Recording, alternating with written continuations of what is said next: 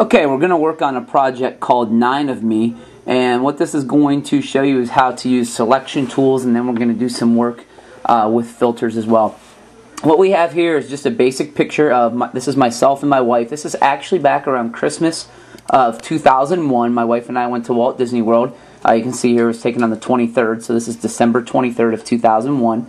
And what you need is you're going to need a picture of you, or whoever you're doing this on, that is just a nice straightforward picture where you're looking directly at the camera. Now, it can be a digital picture that you have, or it can be a real picture that you can bring in and we can scan. If you don't have a picture, let me know. We'll take the digital camera out in the hallway and we'll get a nice picture of you. The background's going to be removed, so it really doesn't matter what's in the background. The first thing I'm going to do is I'm going to crop this down, and I'm going to crop it to a specific size. So let me go ahead and grab my crop tool. And then up in the tool options bar, we're going to want to make the width of this project 2.5 inches, and we're going to want to make the height of the crop 3 inches, and we want a resolution of 300. Eventually we will have 9 separate pictures on our page, so we need a nice small picture. So let me just go ahead and grab my crop tool, and I'm just going to crop the head and shoulders shot of me here. Let me just spread this out a little bit. That's all I really want, is just the head and shoulders. And however wide you crop it is fine. Let me go ahead and get it where I want it and go ahead and crop it. And let me go ahead and resize this to fit on the screen. So there we go. We have a head and shoulders shot of me. Now, the second part of this process is I'm going to use the magnetic lasso. It's a selection tool to remove me from the background of this picture. I'm going to select just my head and shoulders. And with my wife's hand where it is right here, I'm going to have to include that as well. What I'm going to show you is a very quick process. When you do this for your pictures, for your grades, you'll want to take a little bit more time than what I'm going to do right here, and you'll want a better selection, because I'm just going to do it quickly for this project, or for this video. Up in your toolbox, if you go to the left-hand side, on the default, the second one down on the left-hand side will be the lasso tool. If you right-click, you'll get a little window with some other options. And we're going to take the bottom one, the magnetic lasso tool. The reason it's called the magnetic lasso tool is it will cling to the edges of the picture as we go around. Now, up in the tool options bar, you want to make sure, at first you have these little 4 selections right here. You want to make sure you're at the far left, new selection. Okay. For now, we'll just leave feather at 0. We'll leave anti-alias checked. Width 10 pixels, that's fine. Edge contrast, that's the contrast setting between the edge of what you're trying to do, in this case my shirt, and the wall background. We're going to leave that nice and low at about 10%. Frequency is the number of points that you add to the path. You probably want it to be somewhere around 75, just in that general area. The more points you have, the more precise you can be, but at some points you can get too precise, so probably make it around 75. What I'm going to do is, with my magnetic lasso tool, I'm just going to come down here to the bottom left-hand corner of my picture, right on the edge there, and I'm just going to click. Okay? I'm going to show you a little trick. I'm going to want to draw a straight line right up this left side, so I'm going to go off my picture, come up here, and you see the line coming up with me, and then when I get to the top to my shoulder, I'm going to come back and I'm going to click again. Every time I click, it's going to add a point. Now I'll come over to where my wife's fingers start, and I'll click. You can see the little frequency points being added as we go here. They're little blocks. I'm just going to go ahead and I'm just going to keep clicking as I go around. I'm going to try to get all of my wife's fingers here. And like I said, now we can edit this later on, so you don't have to be super precise right now. But the more precise you are, the better it's going to be. So I'm just going to kind of go to every little curve in my head and shoulders. I'm going up around my ear. Now the hair can be really tough, especially for girls, because of the little strands that you have fly away. Now what I'm going to do is, you see right up here at the top, I have a little bit of alfalfa hair going right there. I'm just going to skip right past that. I'm not going to worry about that. And let me just keep laying down here. And let me come down here. Now this ear is kind of tough. This isn't the best picture. This was actually taken in 2001. There's a lot of shadow you see there. It's hard to differentiate from. Come down around the side of my face, down around my neck. Now come down my other shoulder here. Now when I get to the edge, what I'm going to do is I'm going to go off my screen again, and I'm just going to pull down, and you can kind of see how the line goes directly down. Now I need to go all the way across. Once again, I'm going to go off my screen. That way my line goes right across the bottom. And when I get back to my starting point, what I need to do is double click to create my path. So let me go ahead and double click. And there you go. Now you see I have the dancing ants all around my body, my head and shoulders. Okay, now I have a couple areas where I made mistakes. Not really mistakes, but it's just impossible to get it perfect. I can see right here I missed a little part of my ear. I can see down here that I'm a little too far out, and I'm off of my shirt. So what I can do is I can now grab the lasso tool, go up to my toolbar and grab my lasso tool, and I'm going to come up here to the tool options bar, and remember we were on new selection. My second one is add to selection, and my third one is subtract from selection. I'm going to go ahead and I'm going to choose add to selection now, and I'll show you how this works. To add to my selection, I can just come down here, and there's just this teeny tiny part of my ear. And if I zoom in a little bit, maybe you can see it a little bit better. And I can just grab it, and I can just draw a circle around it. Now I have to complete my circle, and it'll add that out. Now I actually went too far there, so I could grab subtract from selection and take away a little bit of it. Okay? And this can be very difficult to do, especially when you're trying to get really, really precise. And let me go ahead and get that. You can see right here I'm still on subtract from selection. There's a little piece right here where I messed up going around my hair. Let me subtract that. Let me subtract this right here. And you can just go around and you can subtract little parts. Right here is a piece of my neck that I missed, so I could go to add to selection and just draw it up there. There we go. Now let me scroll over here a little bit. Around this ear, it looks like I made some mistakes here. I missed some of my ear. So I'm on add to selection still. So let me add that. Looks like I messed up right there. I need to go to subtract from selection and subtract that. Looks like right here there's a little mistake on my hair. Let me subtract that.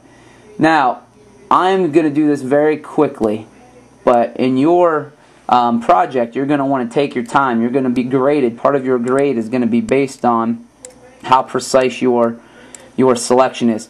Here's a big mistake I made. I need to subtract that, so I'll just draw my line around there and subtract it. Now let me go back and get my picture to fit on screen, and we're going to imagine that I have it perfect. Now I don't have it perfect, but we're going to imagine that I have it perfect.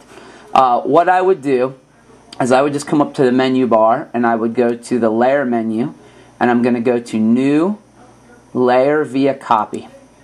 And if I look over into my layers palette now, you see that I have a second layer, okay, with a transparent background. That's what these white and gray checkered boards means. It's transparent.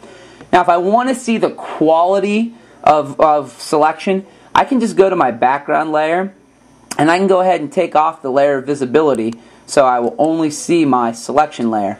And I can look at it, and I can see, you know, actually it's not bad. There's this area right here by my neck that I would have to fix. It looks like maybe I'm missing a little piece of my ear right there. A little area over here that I would need to fix. To fix it, all I'd have to do is go to edit and step backwards. You notice that my background layer is now just one layer. I could go ahead and grab my lasso tool again, and I could either add to or subtract from the selection until I get it exactly how I want it. Once I get it exactly how I want it, I could just go up to layer, new, layer via copy again, and there it is right there. Once I get to this point, and I'm happy with it, I'm going to go ahead and look at it. I'm happy with it.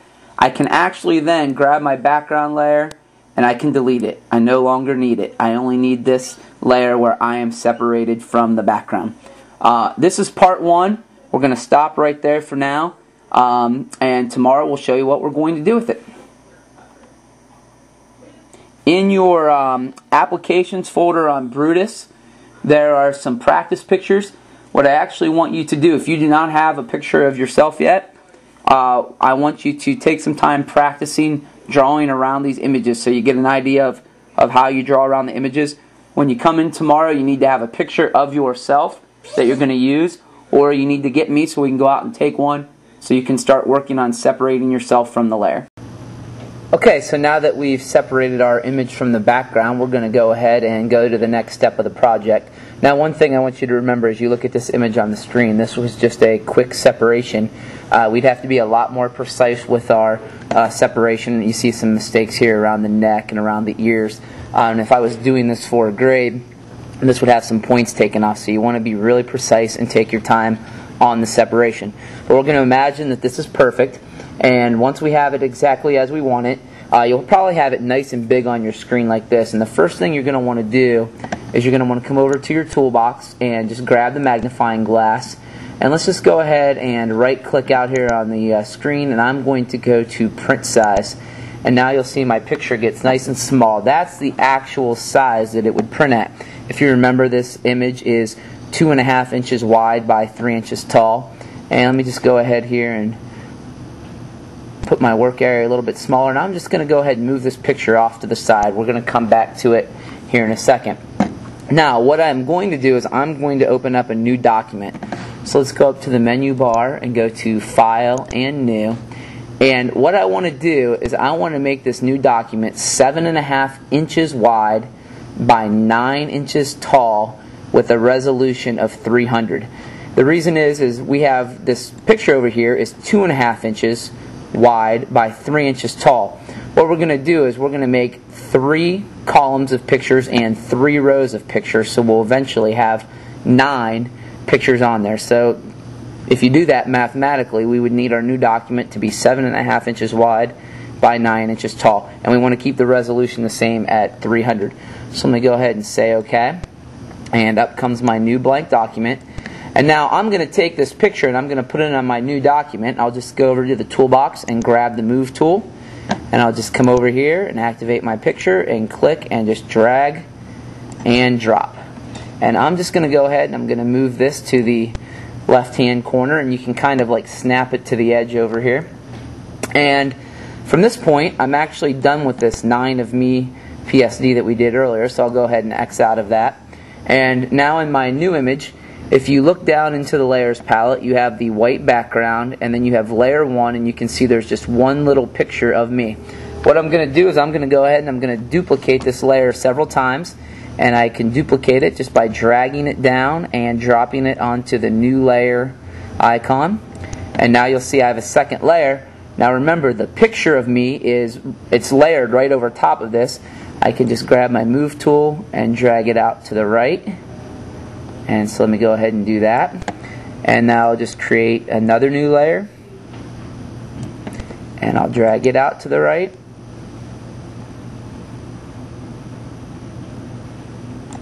Okay, let me just move this middle one over a little bit. Now, I'm going to go here so I can just drag them down. I'm going to go with my far left layer and create a new layer. And I'll just drag myself down.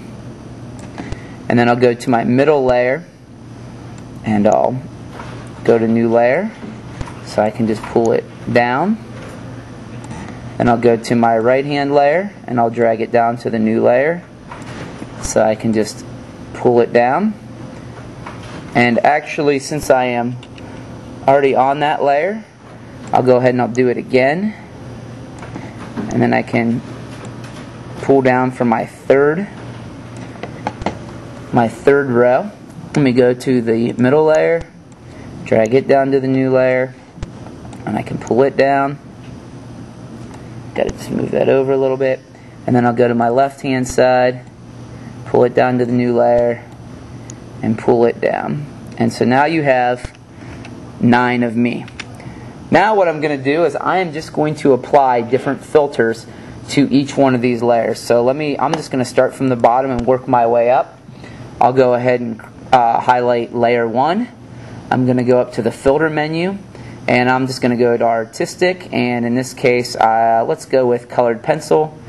And you can mess around with whatever settings you want to mess around with. I'm just going to kind of basically leave mine pretty much with what they are. Go ahead and say OK. And so now I have a colored pencil. Now I'll go up to my next layer, and I'm going to go ahead and go to filter, and this time I'm going to go to watercolor. And you can mess around, like I said, see which ones you like, and I'll just go ahead and say OK on that. Then I'll come up to my third layer, and you're going to repeat this process until we get all 9 layers with different filters applied to them. I'll go ahead and do poster edges for there. And let me just really go through this quickly. Let me go to find edges. Find edges is always an interesting one. And there you see it made that. Let me go up one. Let's go to filter. Let's go to glowing edges. That's another interesting one as well. And I'm just going to go ahead and say OK here. I'm not even going to mess around with the settings. And let's see, we can go to distort. I mean, there's all kinds of different things in here. I'm going to go to distort and glass. We'll kind of give ourselves a little glassy look here. Maybe I'll make it a high distortion there. And what you're going to do is you're just going to do something separate on all 9 layers. This is a good way to discover what all the layers do.